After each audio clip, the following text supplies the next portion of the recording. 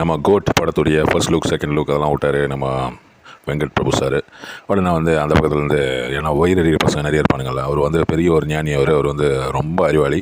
அவர் வந்து ஒரு ட்வீட் ஒன்று போட்டார். அவர் என்ன ட்வீட் போட்டார்னா, விஜய் வந்து நிறைய ஃப்ளாப் கொடுத்துட்டாரு 2023 back to back flop, 22 flop, 23 ஒரு ஃப்ளாப்பு. நான் கேட்க விரும்புகிறது, அந்த படம் எடுத்தவங்களே சொல்லிட்டாங்க அது வந்து பயங்கரமான வெற்றி படம் அப்படின்ட்டு.